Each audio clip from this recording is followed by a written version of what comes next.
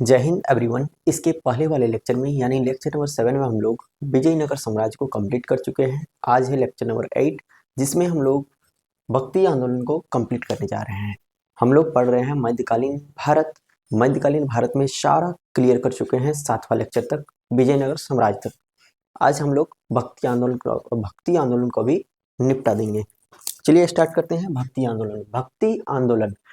आंदोलन की शुरुआत होती है 600 एडी से जाती है कहाँ तक, 800 एडी तक। पूर्व मध्यकाल में भक्ति आंदोलन दक्षिण भारत में वर्ण व्यवस्था का मतलब समझिए। वर्ण व्यवस्था का मतलब होता है पुरानी व्यवस्था। तो पुरानी व्यवस्था तथा छुआछूत के कारण अत्यधिक फैल गई। क्या फैल गई? तो भक्ति आंदोलन फैल गई। कहाँ पे? तो दक्षिण भारत में पूर्व मध्यकाल में। कब? तो पूर्व मध्यकाल में, यानी मध्यकाल आने से पहले, मध्यकालीन जो भारत का इतिहास है उससे पहले ही भक्ति आंदोलन जो है फैल गई थी। कहाँ पे? तो दक्षिण भारत में। किसके कारण? तो वहाँ दक्षिण भारत में वर्ण व्यवस्था यानी पुरानी व्यवस्था और वहाँ पे छुआछूत का ज्यादा ही प्रचलन था, जिसके कारण भक्ति आंदोलन की शुरुआत होती है। और यहीं से भक्ति आंदोलन का प्रारंभ हुआ। भक्ति आंदोलन की शुरुआत सर्वप्रथम कौन किया है? तो नैनार संतों ने किया है। कौन किया है भाई? नैनार संतों ने किया है। बहुत ही इंपॉर्टेंट क्वेश्चन है कि भक्ति आंदोलन की शुरुआत किसके द्वारा किया गया है। तो भक्ति आंदोलन की शुरुआत नैनार संतों द्वारा किया गया है। नैनार संतों द्वारा किया गया है। लेकिन इस आंदोलन की शुरुआत करने का श्रेय जो है अलवार संतों को भी दिया जाता है। किसको? तो अलवार संतों को भी दिया जाता है श्रेय। भक्ति आंदोलन का एक सुदृढ़ स्वरूप देने का श्रेय जाता है शंकराचार्य को। देखो, सुदृढ़ मतलब क्या होता है? अच्छी व्यवस्था, एकदम सुचारू रूप से, एकदम सिस्टमेटिक ढंग से जो भक्ति आंदोलन की स्टार्ट होता है उसकी शुरुआत करने की जो श्रेय दिया जाता है शंकराचार्य को दिया जाता है। किसको दिया जाता है? शंकराचार्य को दिया जाता है। शंकराचार्य को दिया जाता है। शंकराचार्य क्या करते हैं? तो शंकराचार्य ने एक मत देते हैं, मत यानी अपना ज्ञान देते हैं। तो शंकराचार्य ने अद्वैतवाद का मत दिया। कौन सा? शंकराचार्य ने अद्वैतवाद का मत दिया और कहा कि यह संसार जो है झूठा है। संसार कैसा है? झूठा है। ब्रह्मा सत्य है। सत्य कौन है? तो ब्रह्मा सत्य है। इन्होंने स्मृति संप्रदाय की स्थापना की। तो क्वेश्चन आएगा स्मृति संप्रदाय के संस्थापक कौन है? तो स्मृति संप्रदाय के संस्थापक हो जाते हैं शंकराचार्य। शंकराचार्य ने कौन सा मत दिया? तो अद्वैतवाद का मत दिया। कौन? तो शंकराचार्य ने। शंकराचार्य ने और क्या कहा? शंकराचार्य ने कहा कि संसार जो है झूठा है। सत्य कौन है? तो सत्य बस ब्रह्मा है। शंकराचार्य ने दक्षिण भारत में भक्ति आंदोलन को बौद्ध तथा जैन धर्म के प्रभाव को कम करने के लिए क्या? दक्षिण भारत में जैन धर्म और बौद्ध धर्म का बहुत ही ज्यादा प्रचलन और प्रभाव था। तो उसी प्रभाव को कम करने के लिए दक्षिण भारत में शंकराचार्य क्या करते हैं? तो भक्ति आंदोलन की शुरुआत करते हैं। देखो, भक्ति आंदोलन की स्टार्ट कौन किया था? तो प्रारंभ किया अलवार संत और नैनार संत ने। लेकिन इसको एक सुदृढ़ व्यवस्था, सुदृढ़ मतलब होता है सिस्टमेटिक ढंग। मान के चलो कि हम काउंट लिख रहे हैं, जैसे 1 हो गया, 2 हो गया, 3 हो गया, 4 हो गया। ये हो गया क्या? सिस्टमेटिक ढंग हो गया। और इसी को यदि शुरुआत करेंगे तो बोलेगा कि 1 से 9 तक लिखो, तो कहीं लिखेगा 9, 8, 2, 1, 6, फिर 7 हो जाएगा। तो इस तरह 1, 2 तो है, 1 से 9 तक ही संख्या है, लेकिन ये सिस्टमेटिक ढंग नहीं है। और ये क्या है भाई? सुदृढ़ व्यवस्था या फिर सिस्टमेटिक ढंग। आगे बात समझ में? तो इन्होंने यानी किन्होंने? तो इन्होंने यानी शंकराचार्य ने अपने विचार के प्रसार के लिए, प्रसार मतलब प्रचार के लिए, भाई समझो ना, प्रसार नहीं प्रचार के लिए समझो। तो प्रसार के लिए भारत के चार दिशा में पीठ यानी मठ, यानी अभी का समझो कोचिंग का निर्माण कराया। 4 पीठ कहाँ कहाँ? तो उत्तर में इन्होंने ज्योतिष पीठ बनाया। उत्तर में एक क्या बोलते हैं उसको, क्या बोलते हैं रे इसको, जल्दी बताओ क्या बोलते हैं उसको? बोलते हैं जो यहाँ वहाँ कोचिंग खोलता है उसको क्या बोलते हैं? ब्रांच। हाँ, तो उत्तर में इन्होंने ज्योतिष पीठ नामक ब्रांच खोला। उत्तर में ज्योतिष पीठ। दक्षिण में भी कुछ खोलेगा। दक्षिण में खोला इन्होंने सिंगारी पीठ। दक्षिण में सिंगारी पीठ, उत्तर में ज्योतिष जो देते हैं, और दक्षिण में सिंगारीपीठ एस दे देते हैं। ज्योतिषपीठ सिंगारीपीठ, ज्योतिषपीठ सिंगारीपीठ। उसी तरह पूरब में इन्होंने खोला गोवर्धन पीठ। कौन सा? गोवर्धन पीठ। और पश्चिम में खोला इन्होंने शारदा पीठ, पश्चिम में शारदा पीठ। ज्योतिषपीठ सिंगारीपीठ, गोवर्धन पीठ और शारदा पीठ। कहीं स्थान में होगा, किसी राज्य में होगा। तो उत्तर में जो ज्योतिषपीठ खोला गया वो कहाँ पे खोला गया? बद्रीनाथ में, बद्रीनाथ में निर्माण कराया, बद्रीनाथ में। तो बी दे देते हैं। और बद्रीनाथ कोई स्टेट में आएगा ना, तो बद्रीनाथ आता है आपका उत्तराखंड में। कहाँ आता है? ज्योतिषपीठ बद्रीनाथ उत्तराखंड। उसी तरह दक्षिण में भी सिंगारी पीठ है। तो सिंगारी पीठ किसी स्थान में होगा, तो उस स्थान का नाम है आपका मैसूर। कहाँ है? मैसूर। और किसी राज्य में होगा तो कर्नाटक में। दक्षिण में कर्नाटक, ऊपर में उत्तराखंड, नीचे में कर्नाटक। उसी तरह अगर पूर्व वाला बात करें गोवर्धन पीठ की, तो गोवर्धन पीठ जो आता है आपका पूरी राज्य में आता है, पूरी जगह में आता है, पूरी में पी देते हैं। और किस राज्य में आता है? तो उड़ीसा में आता है, जेबीयू और है एसएम की। उसी तरह पश्चिम वाला बात किया जाए तो पश्चिम वाला आता है क्या? शारदा पीठ किसी स्थान में होगा, तो ये है आपका द्वारिका में। कहाँ है? द्वारिका में। किस राज्य में है? तो गुजरात में है। समझ में आ गया? उत्तर में क्या है? तो उत्तर में है आपका ज्योतिषपीठ। उत्तर में कौन है? ज्योतिषपीठ। नीचे में सिंगारी पीठ है कहाँ? तो कर्नाटक में कहाँ? मैसूर में। पूरब में गोवर्धन पीठ है कहाँ? तो पुरी में। और क्या बोलते हैं किस राज्य में? तो उड़ीसा में। पश्चिमी पीठ है कहाँ? तो है आपका शारदा पीठ। पश्चिमी क्या है? शारदा पीठ। और कहाँ पे है? तो द्वारिका में है, गुजरात। बात क्लियर हो गया? चलो यहाँ तक क्लियर हो गया। अच्छा, चार दिशाओं में कौन पीठ बनाया? कौन? तो पीठ बनाया आपका शंकराचार्य ने। क्यों? क्योंकि इन्होंने अपने विचार के प्रसार के लिए इन्होंने जो विचार दिया, मत दिया, देखो ना यहाँ पे मत दिए हैं ना, अद्वैतवाद का मत दिए हैं, स्मृति संप्रदाय की स्थापना किए हैं। तो इसी सब का प्रचार करने के लिए इन्होंने चारों दिशाओं में मठ बनाना प्रारंभ किया। मठ का मतलब अभी ब्रांच समझो, कोचिंग का ब्रांच समझो। ज्योतिषपीठ बद्रीनाथ उत्तराखंड, शारदा पीठ द्वारिका गुजरात, इधर हो गया, पलट दिया है। गोवर्धन पीठ पूरी उड़ीसा, सिंगारी पीठ मैसूर कर्नाटक, ये यहाँ आएगा, ये यहाँ आएगा, मिस्टेक हो गया टाइपिंग में। चलो समझ में आ गया। अब आता है 12वीं शताब्दी। 12वीं सदी में क्या होता है? तो 12वीं सदी में शंकराचार्य के मत को कई विद्वानों ने काट दिया, कई विद्वान काट दिए, अपना मत दिए।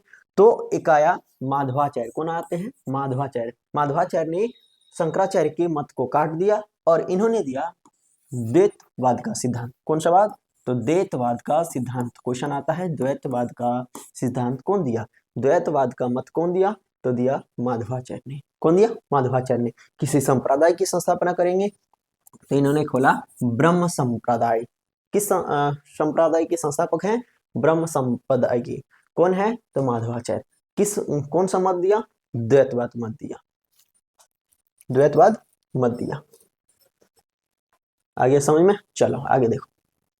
उसके बाद आते हैं निम्बकाचार्य। कौन आते हैं? निम्बकाचार्य। तो निम्बकाचार्य ने द्वैतवाद का मत दिया। कौन सा?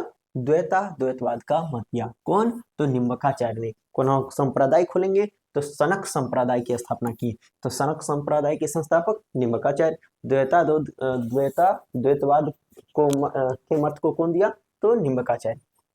फिर आते हैं वल्लभाचार्य ने भी शंकराचार्य के मत को काट दिया। इन्होंने दिया शुद्धाद्वैतवाद का मत दिया और पुष्टि संप्रदाय की स्थापना की। पुष्टि संप्रदाय के संस्थापक हो जाते हैं वल्लभाचार्य। शुद्धोद्वैतवाद के अथी हो जाते हैं आपका वल्लभाचार्य। फिर आते हैं आपका रामानुजाचार्य। कौन आते हैं? रामानुजाचार्य। इन्होंने विशिष्टाद्वैतवाद का मत दिया। इसको याद कैसे करना है? राम भगवान आएंगे तो कुछ विशिष्ट बात ही कहेंगे, लोचपोच बात नहीं करते हैं। तो रामानुजाचार्य आते हैं और विशिष्टाद्वैतवाद का मत देते हैं। श्री गणेश संप्रदाय की स्थापना करते हैं। इसको स्टार्ट कैसे करना है? राम भगवान आएंगे तो स्टार्ट, कोई भी काउंटिंग स्टार्ट होता है श्री गणेश से। चलो, तो क्या बोलते हैं, श्री गणेश की पूजा करके ही कोई कार्य, शुभ कार्य को स्टार्ट किया जाता है, उस तरह करके याद रख सकते हैं। तो रामानुजाचार्य ने विशिष्टाद्वैतवाद का मत दिया और श्री गणेश की संप्रदाय की स्थापना की। प्रारंभ में भक्ति आंदोलन दक्षिण भारत तक ही सीमित था। प्रारंभ में जो है भक्ति आंदोलन दक्षिण भारत तक ही सीमित था, दक्षिण भारत में ही चल रहा था। भक्ति आंदोलन को उत्तर भारत लाने का श्रेय दिया जाता है रामानंद को। कौन, किसको जाता है? रामानंद को। रामानंद ने ही दक्षिण भारत से उत्तर भारत भक्ति आंदोलन को लाए। रामानंद ने अपना उद्देश्य हिंदी में देना प्रारंभ किया, क्योंकि रामानंद को लगा कि दक्षिण भारत के लोग इंग्लिश वगैरह जानते हैं, उन लोग का अपना अपना भाषा है, तमिलनाडु का अपना भाषा है, कुछ भी है, ठीक है। और हिंदी वाला ऊपर जो उत्तर भारत के लोग हैं वो ज़्यादातर हिंदी के लिए लोकप्रिय हैं। तो इन्होंने अपना उद्देश्य हिंदी भाषा में देना स्टार्ट किए। 16वीं शताब्दी में भक्ति आंदोलन अपने चरम उत्कर्ष पर पहुंच गया। उत्तर भारत का भक्ति आंदोलन उच्च नीच तथा छुआछूत के विरुद्ध था। उत्तर भारत का भक्ति आंदोलन जो है आगे चलकर दो भाग में बट जाता है। कौन सा भक्ति हो जाता है? तो भक्ति आंदोलन दो भागों में बट जाता है। एक बट जाता है आपका सगुण भक्ति में और एक बट जाता है आपका निर्गुण भक्ति में। कौन कौन सा? सगुण भक्ति और निर्गुण भक्ति। अब हम लोग को पढ़ना है सगुण भक्ति और निर्गुण भक्ति क्या है। तो देखो, भक्ति आंदोलन दो भागों में बट चुका है। उत्तर भारत में आ जाता है पहला सगुण भक्ति, दूसरा आ जाता है निर्गुण भक्ति। सगुण भक्ति भी आगे चलकर दो भागों में बट जाता है। एक आता है राम भक्त आ जाते हैं और दूसरा आ जाता है आपका कृष्ण भक्त। फिर उसी तरह निर्गुण भक्ति भी आगे चलकर दो भागों में बढ़ जाता है। संत आ जाते हैं और सूफी आ जाते हैं निर्गुण भक्ति में। तो अभी हम लोग को क्या पढ़ना है? भक्ति आंदोलन, जिसमें सबसे पहले पढ़ना होगा सगुण भक्ति, और सगुण भक्ति के दो भाग, राम भक्ति और कृष्ण भक्ति। तो सगुण भक्ति को स्टार्ट करते हैं, फिर हम लोग निर्गुण भक्ति को लेकर चलेंगे। तो देखो, सगुण भक्ति क्या था? इस भक्ति के भक्त जो है भगवान को एक विशेष रूप देते हैं, यानी भगवान का एक आकृति बनाते हैं, एक मूर्ति बनाते हैं।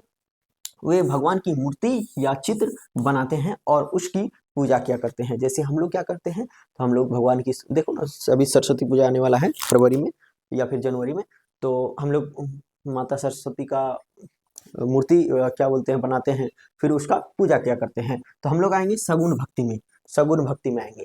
तो इस भक्ति के भक्त क्या करते हैं, तो भगवान की एक विशेष आकृति या फिर रूप देते हैं, वे भगवान की मूर्ति या फिर चित्र बनाते हैं और उसकी पूजा आराधना करते हैं। सगुण भक्ति दो भागों में बट जाता है। पहला आता है राम भक्ति और दूसरा आता है कृष्ण भक्ति।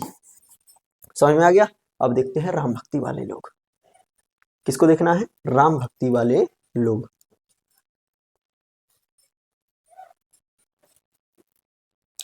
राम भक्ति, देखो, इस शाखा के भक्त भगवान राम की आराधना करते हैं। जो राम भक्त वाले होंगे वो जनरली है कि राम की आराधना क्या करेंगे, तो भगवान राम की आराधना करते हैं। और इस शाखा के सबसे प्रमुख भक्त हो जाते हैं तुलसीदास। कौन आ जाते हैं? तुलसीदास हो जाते हैं सबसे प्रमुख भक्त, जिन्होंने अवधी भाषा में जो है रामचरितमानस की स्थापना की है। तो रामचरितमानस किस भाषा में लिखा गया है? अवधी भाषा में लिखा गया है। किसके द्वारा लिखा गया है? तुलसीदास के द्वारा लिखा गया है। उनकी अन्य प्रमुख रचना जो है, तुलसीदास ने और भी बहुत सारे रचनाएं की है, जैसे हो गया कविता वाली, दोहा वाली, विनय पत्रिका, और ये अकबर के समकालीन थे। अकबर के समकालीन थे कौन? तो आपके हो जाते हैं तुलसीदास, अकबर के समकालीन थे। अकबर ने इनको क्या बोलते हैं, ऑफर दिया था कि आप मेरे नवरत्न में, अकबर का नवरत्न हुआ करता था, अकबर आएंगे तब पढ़ाएंगे। तो अकबर ने इन्होंने क्या बोलते हैं, ऑफर दिया था कि आप मेरे नवरत्न में शामिल हो सकते हैं, लेकिन इन्होंने जो है उनके प्रस्ताव को ठुकरा दिया था। अकबर ने इन्हें नवरत्न में शामिल होने का प्रस्ताव दिया, लेकिन इन्होंने इस प्रस्ताव को रिजेक्ट कर दिया था। दक्षिण भारत में राम भक्ति को फैलाने का कार्य त्यागराज ने किया। दक्षिण भारत में जो राम भक्ति को फैलाया कौन? तो त्यागराज ने फैलाया। समझ में आ गया? अब देखते हैं हम लोग कृष्ण भक्ति वाले लोग। भक्ति तो क्या, कौन सा भक्ति? कृष्ण भक्ति। इस शाखा के सारे भक्त भगवान कृष्ण की आराधना करते हैं तथा कृष्ण भक्त में सबसे प्रमुख संत आ गए विठल स्वामी। कौन आ गए? विट्ठल स्वामी आ गए। इन्होंने 8 शिष्यों को शिक्षा दिया। कितने शिष्यों को शिक्षा दिया विट्ठल स्वामी ने? तो 8 शिष्यों को शिक्षा दिया, जिन्हें संयुक्त रूप से अष्टछाप कहा जाता है। यानी विट्ठल स्वामी के 8 स्टूडेंट, वही 8 स्टूडेंट को जो है अष्टछाप कहा जाता है। इस अष्टछाप में सबसे प्रमुख शिष्य था सूरदास। कौन था? सूरदास। तो कृष्ण भक्ति के सबसे प्रमुख संत हो गए हैं विट्ठल स्वामी। विट्ठल स्वामी के 8 गो स्टूडेंट, उसी 8 स्टूडेंट को कहा जाता है अष्टछाप। और उसी 8 स्टूडेंट में एक जो प्रमुख था, जिसका नाम था सूरदास। कौन थे? सूरदास। सूरदास किस भक्ति से संबंधित है? तो आपके कृष्ण भक्ति से संबंधित हो जाएंगे, या फिर कृष्ण भक्ति से संबंधित हो जाएंगे। सूरदास की रचना है सूरसागर। सूरदास ने किताब लिखा जिनका नाम है सूरसागर। कौन सी रचना की है? सूरसागर। सबसे प्रमुख महिला कृष्ण भक्त की अगर बात किया जाए तो मीराबाई है। कौन है? मीराबाई है। महाराष्ट्र के क्षेत्र में कृष्ण भक्ति को एक साथ तुकाराम इत्यादि ने फैलाया था। महाराष्ट्र के क्षेत्र में कृष्ण भक्ति को एक साथ तुकाराम इत्यादि ने फैलाया था। तुकाराम शिवाजी के समकालीन थे। गुजरात के क्षेत्र में कृष्ण भक्ति का प्रचार नरसिंह मेहता ने किया। गुजरात में कौन कर रहे हैं? नरसिंह मेहता। इनकी कविता है वैष्णव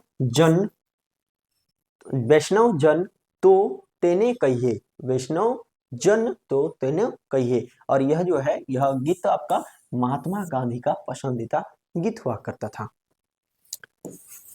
बंगाल, बिहार तथा उड़ीसा के क्षेत्र में भक्ति आंदोलन का प्रचार चैतन्य महाप्रभु ने किया। कौन किया था? चैतन्य महाप्रभु ने। कौन कौन से क्षेत्र में? तो बंगाल हो गया, बिहार हो गया और उड़ीसा में हो गया। इन्होंने ही हरि कीर्तन प्रारंभ किया था। हरि कीर्तन, हरि राम हरि कृष्ण इस तरह बोलते हैं ना, तो वो हरि कीर्तन के अंतर्गत आता है। तो कौन स्टार्ट किया था? आपका चैतन्य महाप्रभु ने। कृष्ण भक्ति में संगीत बहुत ज्यादा है। संगीत बहुत ज्यादा है। समझ में आ गया? सगुण भक्ति। अब हम लोग देखते हैं थोड़ा सा निर्गुण भक्ति के बारे में। निर्गुण भक्ति, तो इस भक्ति के संत किसी भी मूर्ति या फिर चित्र नहीं बनाते हैं।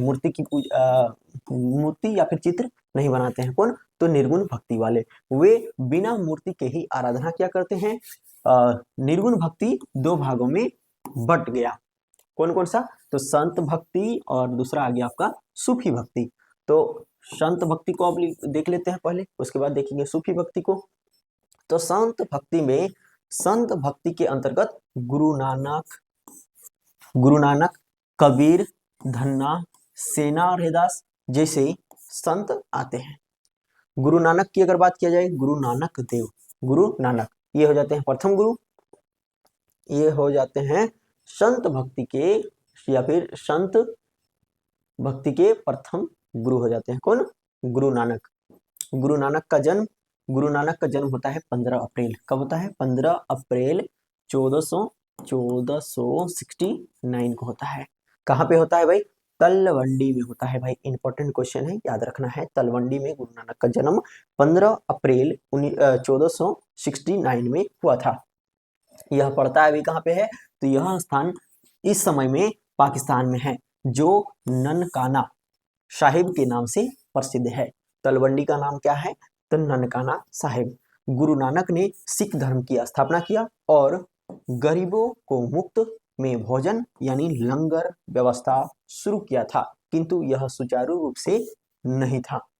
अंतिम समय में उन्होंने करतार साहिब में बिताए थे। अंतिम समय उन्होंने कहाँ बिताया था? तो करतार साहिब में बिताया था। इन्होंने ही गुरु की परंपरा को प्रारंभ किया था। गुरु की परंपरा को कौन प्रारंभ किया? गुरु नानक। लंगर व्यवस्था कौन प्रारंभ किया? गुरु नानक। लेकिन सुचारू रूप से लंगर व्यवस्था नहीं था। सुचारू रूप समझा चुके हैं अभी। अगला देखो, अगला है, इन्होंने सिख धर्म का प्रथम गुरु कहा जाता है। किनको? तो गुरु नानक को क्या कहा जाता है? गुरु नानक देव को सिख धर्म का प्रथम गुरु माना जाता है। दूसरा गुरु आता है आपका आनंद देव। कौन आते हैं? आनंद देव। भाई शुरू किए, अभी आनंद लेंगे। तो दूसरा में कौन आ जाता है? आनंद देव। ये दूसरे गुरु थे जिन्होंने लंगर व्यवस्था को सुचारू रूप से चलाया था। सुचारू रूप से लंगर व्यवस्था को चलाने वाले गुरु आनंद देव। इन्होंने गुरुमुखी लिपि का खोज किया। गुरुमुखी का खोज किन्होंने किया? गुरु आनंद देव ने। अंगद देव, सॉरी मिस्टेक, आनंद देव पढ़ रहे हैं, अंगद देव। तीसरा गुरु आते हैं अमरदास। तीसरा गुरु कौन आते हैं? अमरदास। ये तीसरे गुरु थे। इन्होंने पर्दा प्रथा, सती प्रथा, ये सब कुप्रथाई आदि का विरोध किया था। यह पारिवारिक जीवन में रहते थे, ये गुरु के कर्तव्य का पालन किया था। देखो फर्स्ट गुरु ये हो जाते हैं जो पारिवारिक जीवन में थे और फिर भी अपने गुरु का पद कर्तव्य का पालन किया था। इन्होंने सर्वप्रथम जो है सती प्रथा हो गया, पर्दा प्रथा हो गया, जैसे भारत में कुप्रथाएं चली आ रही थी, ये सब का विरोध किया था। कौन? तो अमरदास, गुरु अमरदास। चौथे गुरु आ जाते हैं रामदास। चौथे गुरु कौन आते हैं? रामदास। ये चौथे गुरु थे, इनका अकबर से अच्छा संबंध था। चौथे गुरु रामदास का जो है अकबर से अच्छा संबंध था। अकबर ने इन्हें अमृतसर शहर के लिए 500 बीघा जमीन दान में दिया था। उन्होंने अमृतसर नामक एक तालाब बनाया था। तो इन्होंने क्या किया? तो अमृतसर नामक एक तालाब की स्थापना किया। अमृतसर एयरपोर्ट का नाम गुरु रामदास इंटरनेशनल एयरपोर्ट है, याद रखना है। किस एयरपोर्ट का? अमृतसर एयरपोर्ट का। अमृतसर एयरपोर्ट कहाँ पे है? कमेंट में करो। और अमृतसर एयरपोर्ट का नाम क्या है? तो गुरु रामदास इंटरनेशनल एयरपोर्ट, गुरु रामदास इंटरनेशनल एयरपोर्ट। चलो यहां तक समझ में आ गया। अब देखते हैं अर्जुन देव के बारे में। गुरु अर्जुन देव के बारे में, गुरु अर्जुन देव ये 5वें गुरु हो जाते हैं। इन्होंने ही स्वर्ण मंदिर की स्थापना की। इन्होंने गुरु ग्रंथ साहिब की रचना की। गुरु ग्रंथ साहिब की रचना कौन करते हैं? अर्जुन देव। स्वर्ण मंदिर कौन बनाते हैं? अर्जुन देव। हाँ, जिन्हें आदि ग्रंथ भी कहा जाता है, गुरु ग्रंथ को आदि ग्रंथ भी कहा जाता है। इनके समय से ही गुरु का पद वंशानुगत हो गया। वंशानुगत मतलब अब हम गुरु हैं, मेरा जो आने वाला पुत्र होगा वही अब गुरु का पद धारण करेंगे। इन्होंने जहांगीर के विद्रोही पुत्र खुसरो खान की शरण दिया था। किसको शरण दिया था? तो जहांगीर का विद्रोह पुत्र था, जहांगीर का विरोध में था खुसरो खान, तो उसी को समर्थन दिया था, जिस कारण जहांगीर ने इनको गुरु अर्जुन देव को फांसी में चढ़वा दिया था। फांसी में चढ़वा दिया था। तो गुरु अर्जुन देव जो हो जाते हैं जहांगीर के समकालीन हो जाते हैं। राजा रंजीत सिंह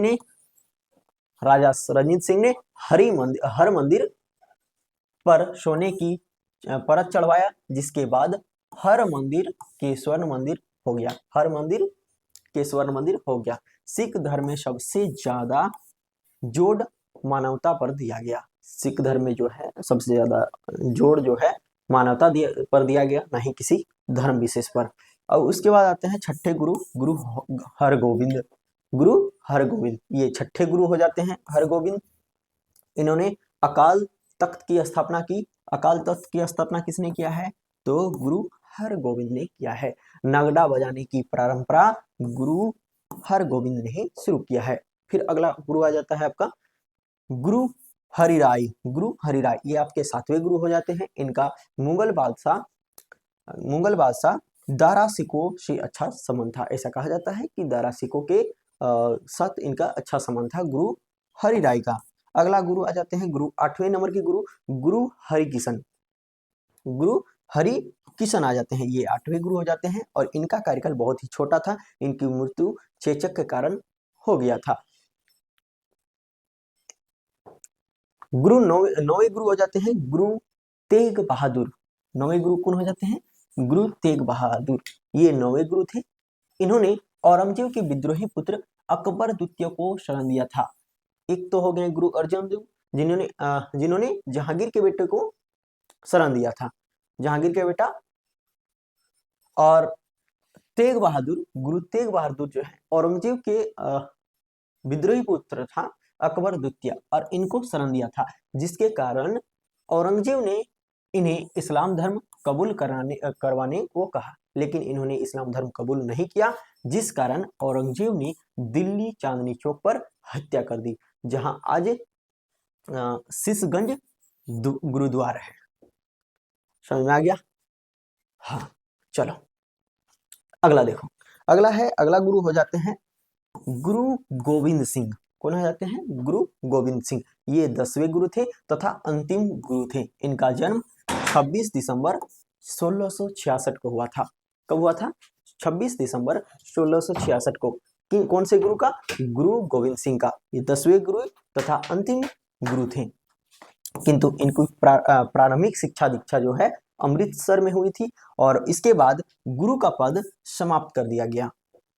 कमेंट में लिखिए कि गुरु का जो वंशानुगत व्यवस्था है किसने प्रारंभ किया था?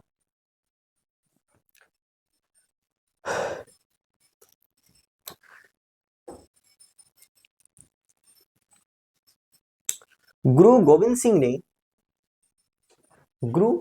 सिंह ने सिखों को एक सैनिक टुकड़ी में डाल दिया था। खालसा पंथ की स्थापना किया।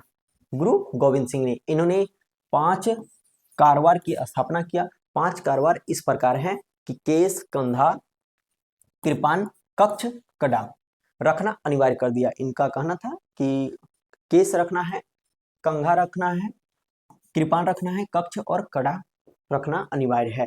इन्होंने कहा कि सिख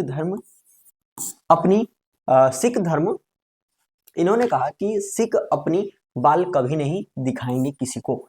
इन्होंने मुगलों का मुंहतोड़ जवाब दिया। इनके समय गुरु का पद समाप्त कर दिया गया था। लेकिन गुरु का पद वंशानुगत कौन से गुरु द्वारा किया गया था? इसको कमेंट में लिखना है। गुरु गोविंद सिंह का कहना था, चिड़िया नू में बाज लड़ावा, गीदर नू में शेर बनावा, 1.25 लाख नू एक लड़ावा, तब जाके गोविंद सिंह नाम कहावा। 705 ईस्वी में औरंगजेब के कहने पर बुलखान नामक व्यक्ति ने महाराष्ट्र के नांदेड़ में गोविंद सिंह की हत्या कर दी गई। गोविंद सिंह की मृत्यु के बाद सबसे बड़ा सिख योद्धा बंदा बहादुर था, जिसने हजारों की संख्या में मुगल सैनिक को मौत की घाट उतार दिया था। औरंगजेब के इशारे पर बहादुर की भी हत्या कर दी जाती है। इसके बाद सिख धर्म छोटे छोटे टुकड़ों में टूट गया और जिसको कहा गया मिसल। जिसको क्या कहा गया भाई? मिसल कहा गया। जिसको कहा गया मिसल। और सबसे प्रमुख मिसल के रूप में आया शुक्र चक्रिया मिसल। कौन सा मिसल? शुक्र चकिया मिसल। सबसे प्रमुख मिसल शुक्र चकिया मिसल। ठीक है, हम 3 से कर देंगे, 3 से पढ़ा देंगे। 11 को छुट्टी दिया ना, तो मेरा सिलेबस 11 में आगे चल रहा है। शुक्र चकिया मिसल काम नहीं आ रहा है यार। हाँ, शुक्र चकिया मिसल। हाँ, 11 सबसे प्रमुख मिसल कौन हो जाता है? तो शुक्र चकिया मिसल हो जाता है, जिसे राजा रणजीत सिंह आते हैं। जिसमें कौन आते हैं? राजा रणजीत सिंह। इन्होंने ही स्वर्ण मंदिर के दीवार पर सोने की चादर चढ़वाई थी। सिखों में 3 कैटेगरी होती है, जाट, ज्ञानी, सरदार। सिखों में कितनी कैटेगरी होती है? तो 3 गो होती है। जाट वाला भी सिख होता है और ज्ञानी वाला भी और सरदार वाला भी। जाट से बिलोंग करते हैं शनि देओल, ज्ञानी से भाग मिल्खा भाग और मनमोहन सिंह सरदार के कैटेगरी में आते हैं। संत भक्ति के कुछ अन्य भक्त हैं। दादू गुजरात से, रामानुजाचार्य तमिलनाडु से, रामानंद इलाहाबाद से। रामानुजाचार्य तमिलनाडु से और दादू गुजरात से। एक जगह बात कर ली 110 टका की को है, तो बैठे नहीं आ रहा है ये पॉइंट ऊपर ही लग। रामानंद इसने पहली बार उपदेशों के हिंदी में देना प्रारंभ किया। इन्होंने जो है रामानंद ने पहली बार उपदेशों को हिंदी में देना प्रारंभ किया और ये राम और सीता के उपासक थे। इनके कुछ प्रमुख शिष्य थे जो अलग अलग जाति से थे। 2 महिलाएं शिष्य थी, पद्मावती और सुरसी। रैदास की बात किया जाए, रैदास की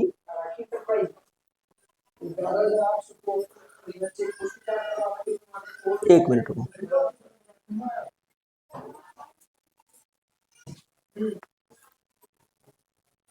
अरे क्या हो गया ये? कहाँ से?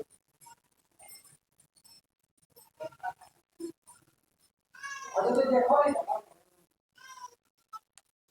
कौन ले रहा है? हाँ? तीन तो यहाँ का चेक पोस्ट हाँ, उसके बाद आते हैं रेदास। ये हाँ चमार तथा मोची जाति के से आते थे। इन्हें संतों का संत कहा जाता है। संतों का संत रेदास को कहा जाता है। कबीर, जुल्हा या फिर बीजक, इनको मानने वालों को कबीर पंथ कहते हैं। इनके दोहे बीजक पुस्तक में रखे गए हैं। ये सिकंदर लोदी के समकालीन थे। प्रमुख सिख हो गए हैं। धन्ना जाट से बिलोंग करते थे। सेना नाई से बिलोंग करता था। और साधना कसाई था। और पीपा जो था वो राजपूत था। समझ में आ गया। अब हम लोग देखेंगे सूफी भक्त। सूफी भक्त किस भक्त को देखने वाले हैं? सूफी भक्त। सूफी संप्रदाय। सूफी संतों द्वारा उर्दू भाषा का जन्म होता है। सूफी संतों द्वारा किस भाषा का जन्म होता है? उर्दू भाषा का जन्म होता है। सूफी संप्रदाय बासारा यानी इस्लामी कानून के समर्थक थे। और बेसारा, ये भी मतलब सूफी संप्रदाय भी दो भाग में थे। एक बासारा, एक था बेसारा। देखो, जो बासारा थे इस्लामिक कानून के समर्थक थे। और जो बेसारा थे इस्लामिक कानून से मुक्त थे। फिर जो बासारा है ये आगे जाके 1, 2, 3, 4 भागों में टूट जाता है। कौन कौन सा? तो चिश्ती सिलसिला, नक्शबंदिया चिश्तिला, शुकर वर्दी चिश्तिला। उसके बाद है आपका कादिरा सिलसिला। चिश्ती में आता है भारतीय संस्थापक ख्वाजा मोइनुद्दीन चिश्ती।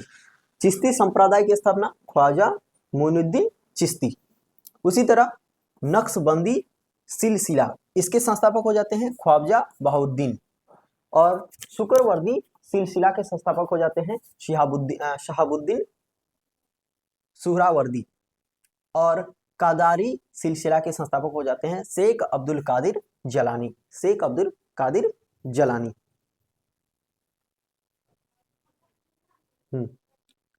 अभी हम लोग को देखना है ख्वाजा मोइनुद्दीन चिश्ती के बारे में। किसके बारे में? ख्वाजा मोइनुद्दीन चिश्ती के बारे में। दक्षिण भारत में जो फैलाया बुहरहान हिंद गरीब था और गेम दराज।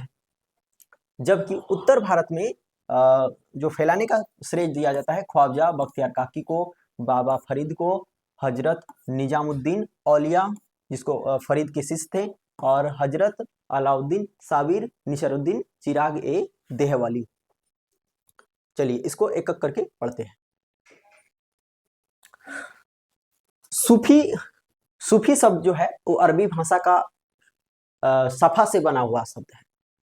अरबी भाषा के सफा से बना हुआ है।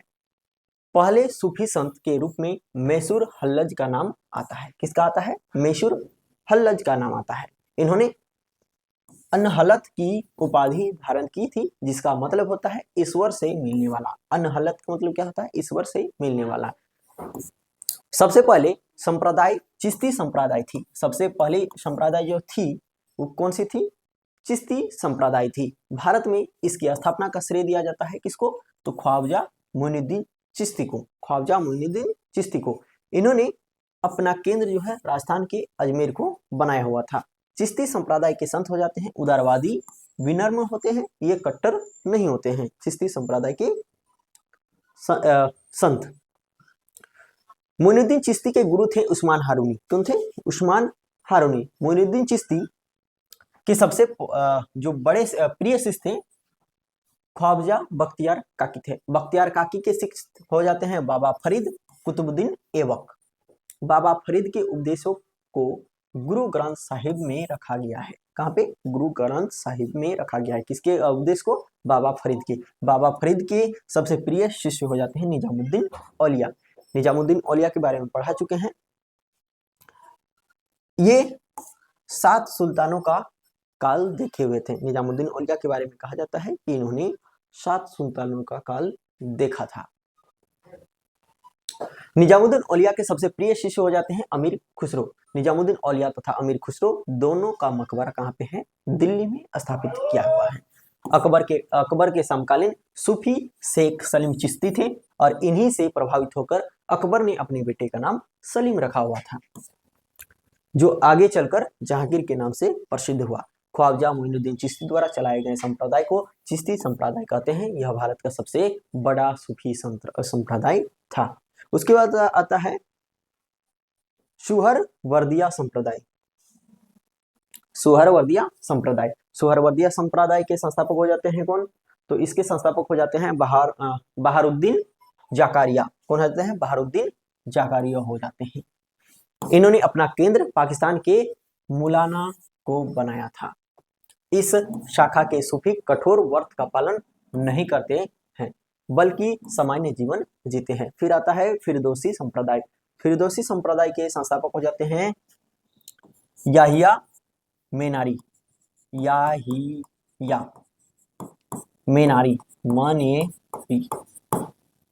और इन्होंने अपना केंद्र जो है बिहार के मनेर शरीफ दानपुर को बनाया था। बिहार का सबसे प्रचलित फिरदौसी संप्रदाय थी। बिहार में सबसे ज्यादा कौन सी संप्रदाय चल रही थी? फिरदौसी संप्रदाय। फिर आता है नक्सवादिया संप्रदाय। कौन सा संप्रदाय? नक्सवादिया संप्रदाय। नक्सवादिया संप्रदाय के संस्थापक हो जाते हैं बाकी पिल्ला। कौन हो जाते हैं? बाकी पिल्ला। इस संप्रदाय के सूफी कठोर व्रत का पालन करते हैं और कट्टर थे। धार्मिक कट्टर का अर्थ होता है कि धार्मिक नियम को कठोरता से लागू करवाने वाला। अगला आता है आपका कादारिया संप्रदाय। कौन सा संप्रदाय? कादारिया संप्रदाय। इस संप्रदाय के संस्थापक यानी कादारिया संप्रदाय के संस्थापक हो जाते हैं अब्दुल कादरिया। कौन होता है? अब्दुल कादरिया जलानी। सैयद बिल्ला इनका पूरा नाम था, अब्दुल कादरिया जलानी सैयद बिल्ला। इन्होंने अपना केंद्र जो है इराक के बगदाद को बनाया हुआ था। पाकिस्तान के परमाणु कार्यक्रम के जनक अब्दुल कादिर को कहा जाता है, जो सूफी ना होकर एक परमाणु वैज्ञानिक हुआ करते थे। कट्टर का मतलब बता ही दिए हैं, वैसे लोग जो नियमों को सख्ती से पालन करवाते हैं कट्टर कहलाते हैं।